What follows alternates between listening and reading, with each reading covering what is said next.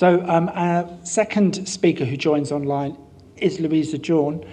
And Louisa is the Foundation Director of the Centre for Big Data Research in Health at the University of New South Wales, Sydney. Louisa is a strong advocate for more and better use of routinely collected health data for research. Before joining UNSW in 2014, Louisa was the Foundation Professor of Population Health and the Director of the Centre for Health Research at the University of Western Sydney. Thank you very much, Louisa, and welcome. Thank you. Can you hear me? Yes. Can you just confirm that you can hear me? Yes, we can. Oh, you can. Excellent. I'm very fortunate to speak after Matt and Roger, because I think you've already got a bit of an overview of what a TRE is, and that gives me the opportunity in this presentation to actually talk a little bit about what I think is what we need to be thinking about for the next generation of TREs and how we can address some of the current barriers, which are quite significant actually, especially to what we've just been discussing, the use of electronic medical records. But I will give a brief overview of ERICA, but I'll focus on really the key differences between ERICA and perhaps a more on-premise type of model like SURE. I totally agree with Matt that we have room for multiple different TREs, but different TREs may be particularly suitable for different types of research. So I'll just focus particularly on what the differences are, but then talk about some of these current barriers and what we may be able to do to address them. And I think it's totally critical that they are addressed as we move into this new world, in particular of research using electronic medical records. So what is ERICA? So ERICA is not a collection of hardware in a data center. It's actually basically software. It's a code-driven software orchestration framework that basically stands up a highly secure data analysis and storage facility within the Amazon Web Services or AWS public cloud. So it's the first one that I'm aware of internationally that actually has utilised public cloud infrastructure. And that has pros and it has cons. But the fact that it's a software orchestration framework means that there can be many different instances of ERICA platforms which are hosted by different organisations. And a particular, plus of using AWS or similarly any other of the large public cloud providers are that you can immediately leverage the increasingly rapidly evolving features that those platforms offer. And so a whole range of different operating system and workspace configurations, HPC, GPUs. You can certainly do extremely large projects involving LLMs, but again, the LLMs need to be installed and run locally, and that requires a lot of resources. And obviously with these public cloud providers, you can scale up and down your resources as you need them. There's multiple storage and pricing options, but a particular downside, and I think Matt pointed to the upside of the on-prem approach. The downside is that basically you pay for what you use, and unless you put some fairly stringent sort of controls in place, there is the possibility of bill shock for researchers who accidentally leave on very large workspaces over a weekend or whatever. There's been a few examples of that with ERICA. Obviously, we've built in now a whole lot of alerts and things to stop that happening, but it is basically a pay-as-you-go sort of approach. Sorry, just trying to get this to... There we go. I won't go into this in detail. This is the ERICA architecture. It's actually very, very similar to any other TRE or to SURE, except for the fact that it operates within the AWS public cloud environment. Key features include the fact that there's no connection between various project workspaces. There's no internet connection except for a set of whitelisted websites that can be used if you're needing to access Python or libraries, for example. There's a curated mechanism for data and for files to go in and out of the facility. So ERICA development commenced in 2016. The AHW also contributed to ERICA development from 2018. In 2019, it was actually accredited by New South Wales Health through their Privacy and Security Assessment Framework, which actually does permit the holding of electronic medical record data within ERICA. We got support from an ARDC Platforms grant in 2019, but I guess importantly for this discussion, there is now planning for a next generation TRE, which builds on the learnings of ERICA underway at UNSW. And we would certainly be interested in others who may want to collaborate on that. It doesn't necessarily make sense for everyone to be going out and doing these large-scale development projects. Every option is on the table there, and we haven't as yet decided which option to go with, whether that be, well, it is likely to be basically a complete rebuild, but it may not use AWS, it may use a different cloud provider. And we're particularly interested in how we may be able to leverage some of the national infrastructure as well. So key differences between ERICA and other TREs such as SURE is that it's an institution-based model. So basically you're not using a facility that's provided by an external body. You basically are a host of your own ERICA instance, and it's governed and managed by your host, by that host institution and its policies and procedures. And that's actually quite a significant advantage because it means that you don't need to actually have agreements with the provider, and you don't need to rely upon their policies and their security. There is a greater degree of control of the platform, of the facility by that host. And my observation is that this model is increasingly being preferred by data custodian and research organisations in Australia. And so, for example, other examples of sort of institution-based models would be the ABS Data Lab, the AHW Seed, which is basically an instance of the ABS Data Lab, and a range of others. And I think the reason for it being preferred is this idea that they maintain control of their data, and their data is subject to their own policies and procedures. They're not relying on another organisation. I think the cybersecurity leaders in most organisations now are very much wanting to make sure that the risk sits with them, and they're not potentially opening up risks through working with other organisations. And so with ERICA, there can be multiple instances that can be established anywhere that AWS operates, and there's 3 that are currently active: the UNSW one, the New South Wales Government Data Analytics Centre, so that's mainly used or almost exclusively used by government researchers, and also the Department of Premier and Cabinet Western Australia. Interestingly enough, New South Wales Government hasn't, New South Wales Health has not established their own TRE, and as I think Roger pointed out, has said that data must be held in a TRE, but I think it's actually a slightly problematic situation where they're forcing researchers to use external TREs rather than biting the bullet and actually providing one themselves. So we'll see where that goes in the future. But I know it's causing a lot of consternation in the researcher community. Obviously, because we're using the infrastructure of AWS, there's lots of opportunities to define additional high performance computing resources, including things like project-specific Git repositories and ability to run software containers within each project space. There's several projects currently active in ERICA that are using extremely large EMR data sets. Anyone who's actually used something like a Cerner or Epic EMR will understand that that's actually completely different data to what is in a linked administrative data set type project in terms of containing often thousands of tables, very large data, free text, multimodal data.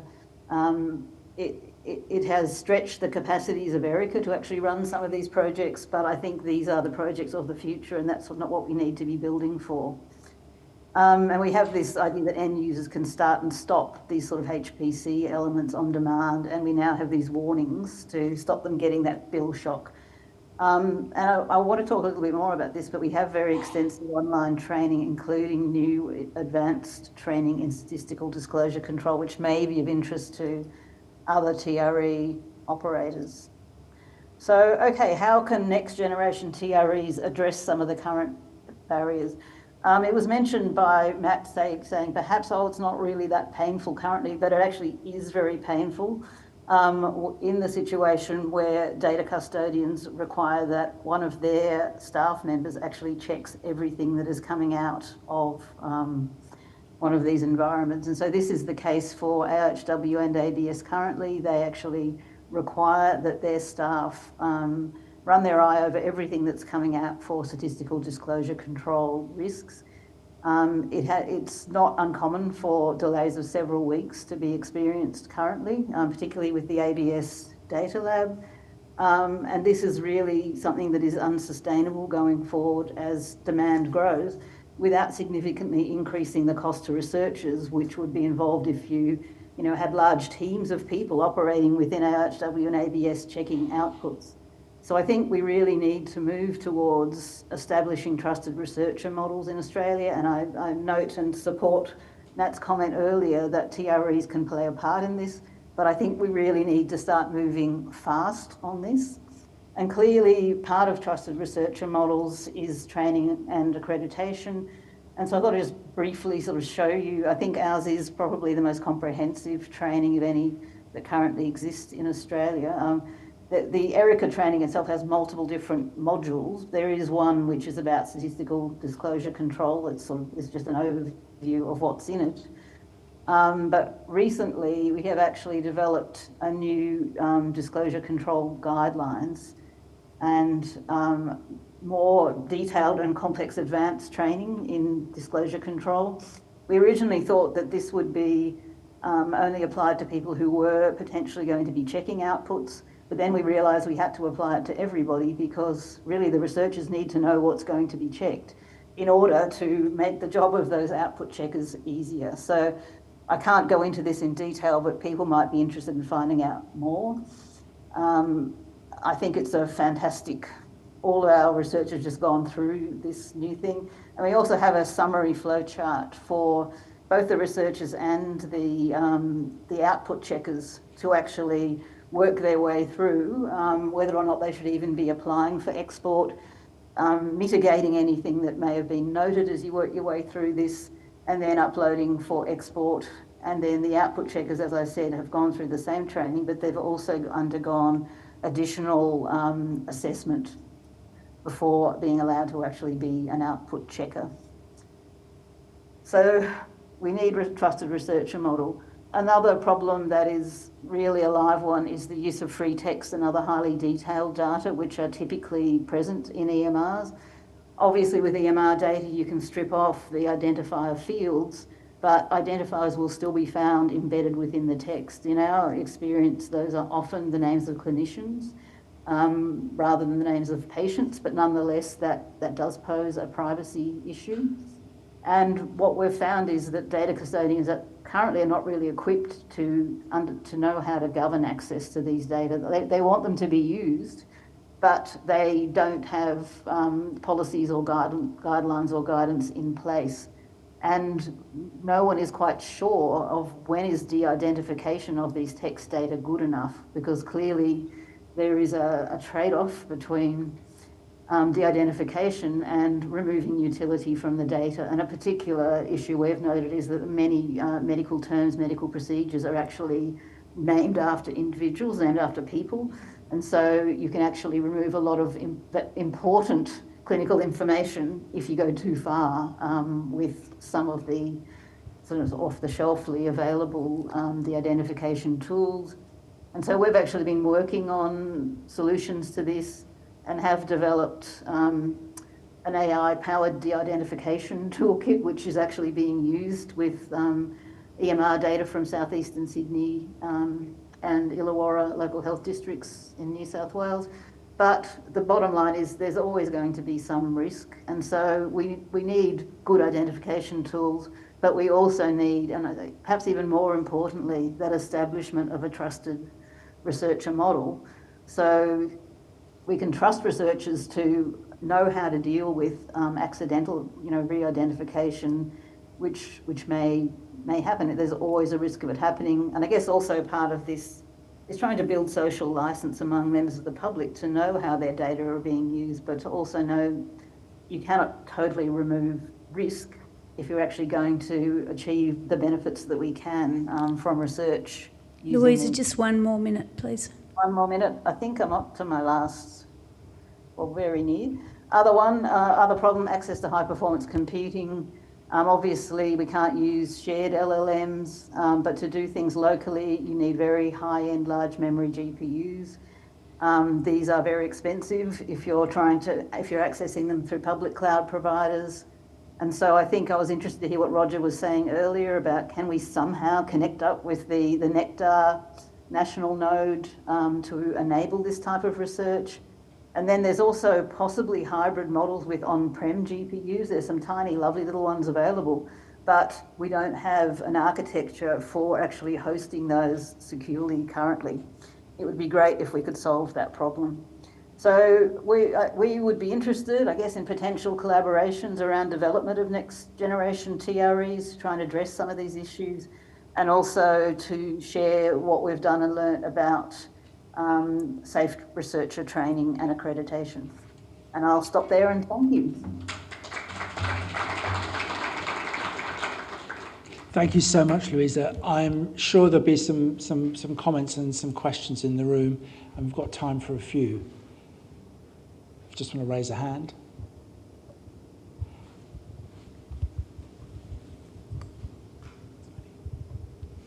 Hi Louisa, Steve Govis here. I'm from the Commission Excellence Innovation in Health in South Australia.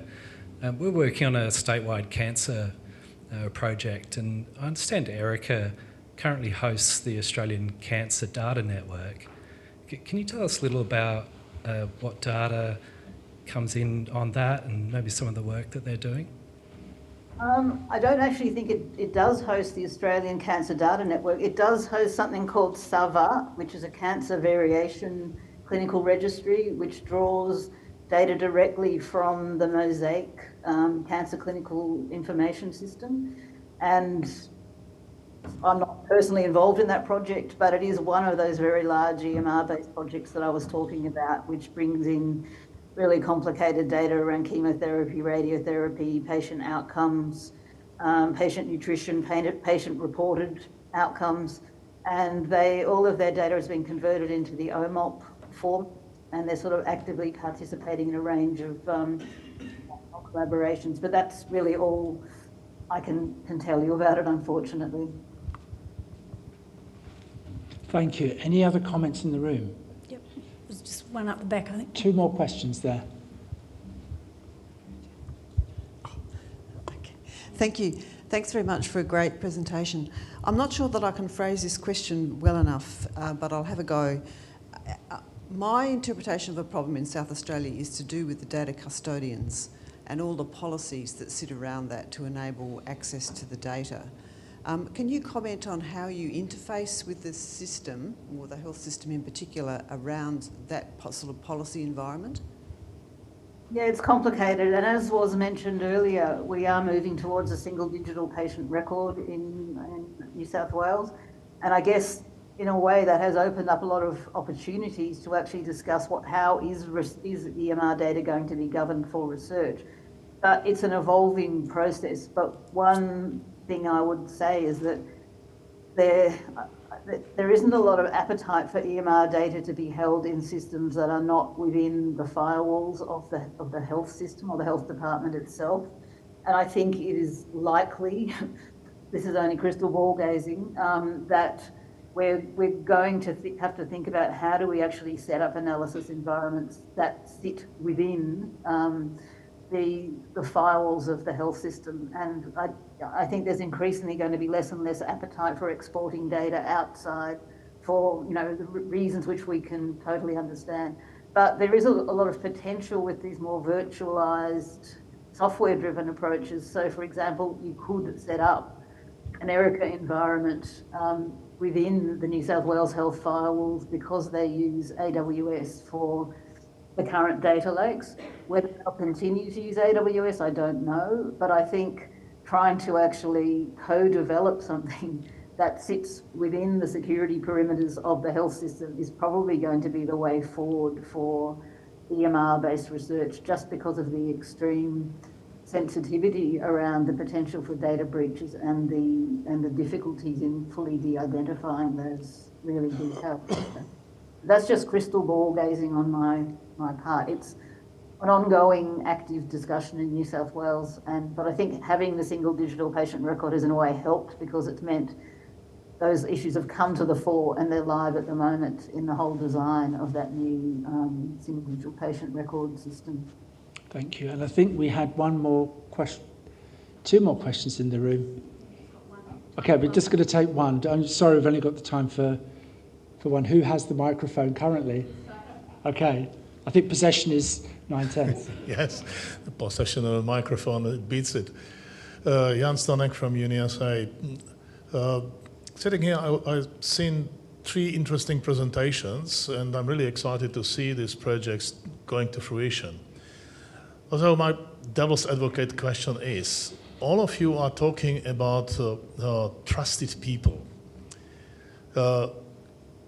Do we have a strategy nationwide so that if I'm trusted with one silo, then I can be trusted with other silos, or I have to go through the trust examination, which each and every silo is created again in this country? Can I just jump in there? Sorry, Louisa, I'll just jump in there. We're not here to solve the problems yet. Today we're actually being exposed to what's happening around Australia and what's happening internationally. I do want to comment on that because Please I think there are models like a research passport model that is operating in the UK. And that was one of the reasons that I actually sort of presented around our researcher training and accreditation, because I think there is potential for that to actually become a national system, because it certainly doesn't make sense that you're doing 4 or 5 different trainings for 4 or 5 different TREs when there may be some practical differences in how you use them, but the actual safe researcher side of it is really the same across the various environments. So I would very much encourage us trying to move towards a national unified approach to that.